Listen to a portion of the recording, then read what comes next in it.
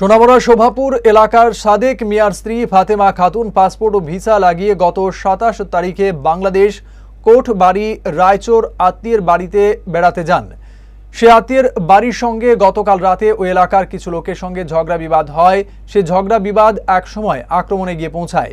এই অবস্থা দেখে সোনামুড়া শোভাপুরের ফাতেমা খাতুন আজ সকালে তার নিজস্ব বাড়ি আসার পথে বাংলাদেশের শাহপুরের রাসেল মিয়া, সাইদুল ইসলাম, সুমন মিয়া এই ৩ দুষ্কৃতিকারীদের নেতৃত্বে ওই মহিলাকে বাংলাদেশে বিবির বাজার চেকপোস্টের ভিতর থেকে ছিনতাই করে নিয়ে যায়। অথচ ওই সময়ে বাংলাদেশের বিজিবি, কাস্টম, পুলিশ উপস্থিত থাকার পরেও দুষ্কৃতিকারীরা তাকে ছিনতাই করে। বাংলাদেশ প্রশাসন কোনো ভূমিকা গ্রহণ করেনি।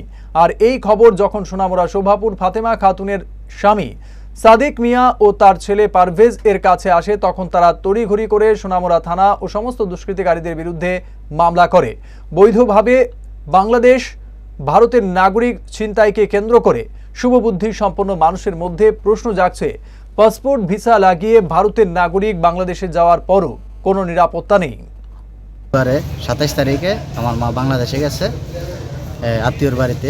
ওইখানে 2 পার্টি জায়জামালা হয়েছে।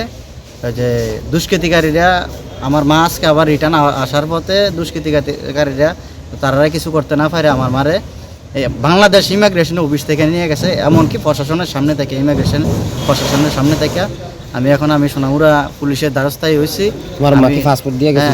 হ্যাঁ, পাসপোর্ট দিয়া লিগেল ভাবে গেছে, ইমিগ্রেশন অফিস থেকে নিয়ে গেছে আমার মা। খবর পাইছি কেমনি? আমরা খবর পাইছি, আমরা ফোন দিছে, ফোন দেওয়ার পরে 10-15 মিনিট পরে থেকে আবার নেট বন্ধ, সম্ভবত মোবাইলটা নিয়ে গেছে। এর লাগে আর কথাবার্তা হইতে আছে না, এখন অবধি কোনো যোগাযোগ হইতে আছে না। 8টার সময় কথা কইছি, সকাল 8টার দিকে। তখন আজকে আমরা সোনামুড়া থানার সামনে দ্বারস্থায় হয়েছি, স্যারের কাছে আইছি। এখন দেখা যাক প্রশাসনে কতটুকু কী করে।